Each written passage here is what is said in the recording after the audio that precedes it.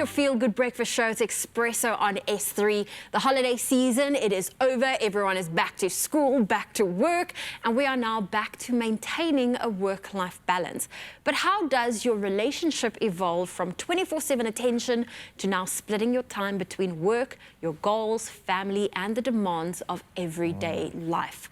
Well, that's why we've asked Counsellor Danelle Meyer to join us in studio, who will help us navigate your needs and wants with your partner as we transition back to the routine of work and pleasure. It's so great to have you back. Thank you for joining us. Thank you for having me in studio. Yeah, I mean, it's a great time to, I think, discuss this because, like I said, the year brings new challenges and new obstacles that you both individually and as a couple need to sort of like target. Right now, we've got a busy season ahead of us. We've got so much happening. We've got these daily routines. How do we acknowledge, how do we take into account the good things that we have in our life, just like our partner as an example? Are there ways that we can really like make this known and make this something that's like impactful at the same time? Yes, so it's so important to actually reconnect with your partner, especially now after the holidays, we're coming back.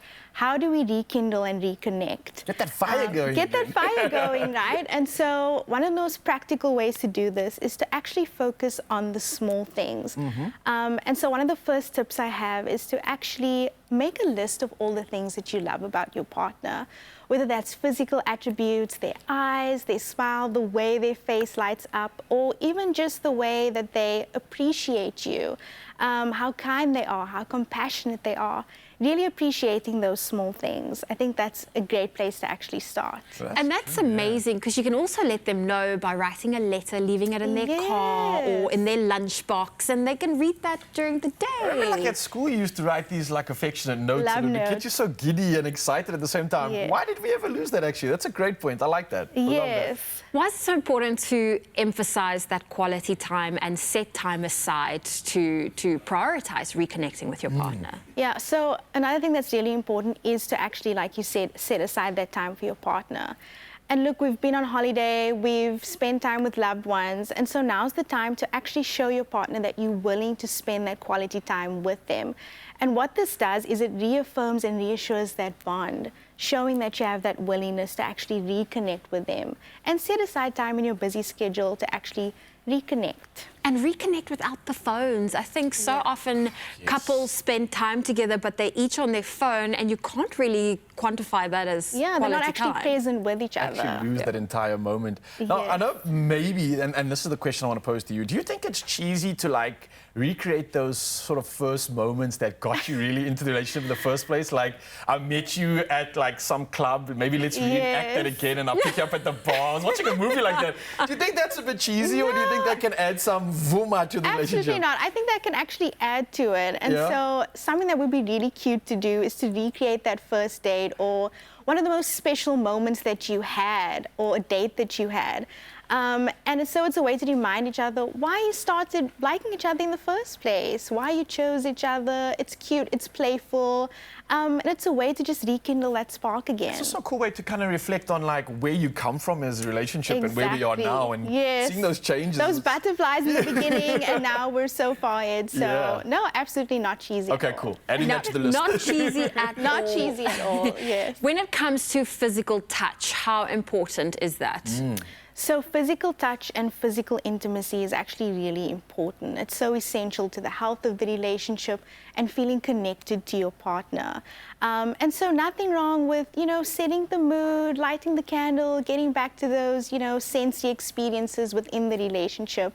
And it's a great way to just establish that intimacy again, that bond with your partner.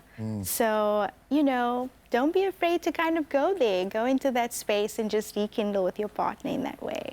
I think already that we've kind of put together like a pretty practical list in terms of how we can really make this happen. This is not just the philosophical realm. No. Is there anything else you could possibly add to this? I mean, this is definitely stuff that I think creates affection, appreciation. It's, hey, you recognizing me, which is quite important in this day and age when there's so much distracting us and taking our attention away from our partners. Anything else you could maybe add to the list? I know this has been extensive already, but look, another practical way we can actually reconnect is, or I would challenge everyone rather, over the next week, just send your partner random texts and messages. Nice. Right? So let them know you're thinking about them, how much you love them. how beautiful they looked in that dress, or just the way their hair kind of falls in their face. Anything that lets them know that, listen, you are on my mind. I am thinking about you. And just taking aside that time in your day to kind of prioritize them, prioritize the relationship. I think that's really important. And that's all we want, is for you to prioritize that relationship, to make sure you find that balance now that life is back to normal. Danelle, thank you for joining us. I know you're not going anywhere. We've got more questions to ask and unpack, so stay tuned to your Feel Good Breakfast Show. It's my Feel Good Breakfast Show. Yes, Mzansi, welcome back to your Feel Good Breakfast Show. It's Health Tuesday, and we're bringing health to relationships right now because we are still hanging out with Counsellor Danielle Meyer, and we're about to jump straight into more tips on how to reconnect with your partner after the chaos of the holidays. Now, part one was a great conversation. We literally put a practical list and a guide on how we can literally make these relationships spark up and get that fire going again. But I think we can dive even deeper. Yeah? Definitely. I think, you know, for a lot of individuals, it's sometimes difficult to remain that individual within the relationship. But together you want to grow and you want to, you know, really, adapt to changes that takes place within your relationship, whether you are perhaps moving or starting a new job, or perhaps pregnant and you adding a kid to the family. Why is it so important to embrace these changes and to really just, embrace growth? Right, so one of the most important things, as you mentioned, is to embrace growth and change within the relationship. We all know that self-improvement, self-reflection, that's a continuous journey. And so in the relationship, of course, you're going to be changing. And so a healthy way to embrace that growth and change is to encourage your partner and assure them that, look, I'm here for that. I'm here to grow with you. I'm here to support you and accept you, and to walk that self-improvement journey with you. And so one of the great ways that we can encourage that acceptance and growth is, even if you just write a love letter to your partner, assuring them of, what it is that you've noticed, how they've changed, how they've grown, and what it is that you now appreciate and accept about them. And this will encourage effective communication as well within the relationship and just solidify that bond even further. I love that. Now, I know, with that being said, and growth is something that I think everybody must welcome with open arms, but with that growth, it sometimes happens without you even noticing, right? Or you don't notice your partner's change in the relationship. You don't realize that you have too, and naturally so, because we get so caught up in our habits, and you just think, well, our partner's always going to be there. That begs the question of, like, how do I know that I'm still with the same person, and how do I rediscover this partner in my life that I would hope has grown over the few years we've been together? Because things can become quite stagnant as you become in a relationship. You just kind of do the same thing, you get in a rut. How do we rediscover not only our relationship but ourselves, but that sort of, again, that fire within the relationship too? Exactly, and I think a lot of times people are scared of change and growth, but I think it's actually exciting to rediscover your partner. And so one of the ways to do that is to create new positive memories together. Okay. So do an experience that both of you haven't done before. Go on a date and share the list that you made for one another.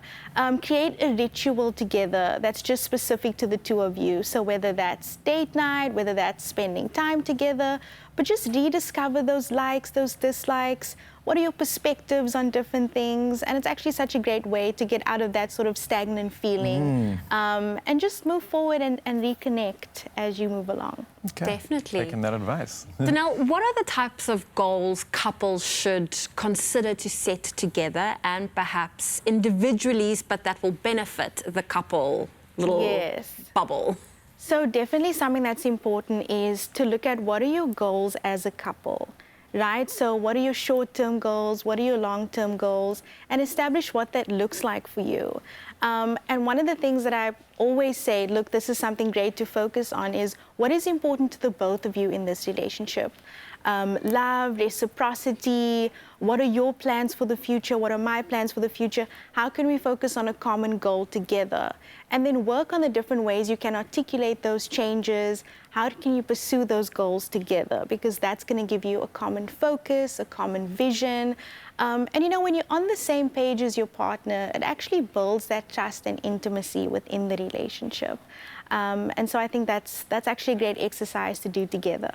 Yeah, I feel like we set pretty much sorted. I think my only curveball would be this, that I know many gents, and not to make this a sexist conversation, because I'm sure there's many of us that don't express from both genders and all sorts, but with gents especially, they struggle to really articulate and really express and open up.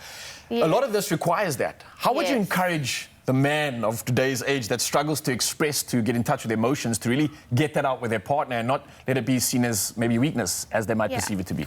Yeah, I think a lot of times we have this misconception about men that, you know, we're strong, we're not expressing our emotions. Yes, but a lot of times men actually need that emotional investment, you know, from their partner, and for the partner to create a safe space for them to express their emotions in return and what they need. So if they're a little bit scared to express their emotions and the emotional side, a great place to start would be expressing what it is that they need, what are they looking forward to in the relationship, how can they work towards that. It's a little bit less of a scary space to talk about what it is that they maybe need or look forward to, and in that way you kind of break the ice when it comes to speaking about your emotions. All right, we got this, gents. We got this. You got this. There we go. Danelle, thank you for joining us Thank you so today much and for bringing having your me. insights. And yes, we just hope that your takeaway from this conversation is to prioritize connecting with your partner.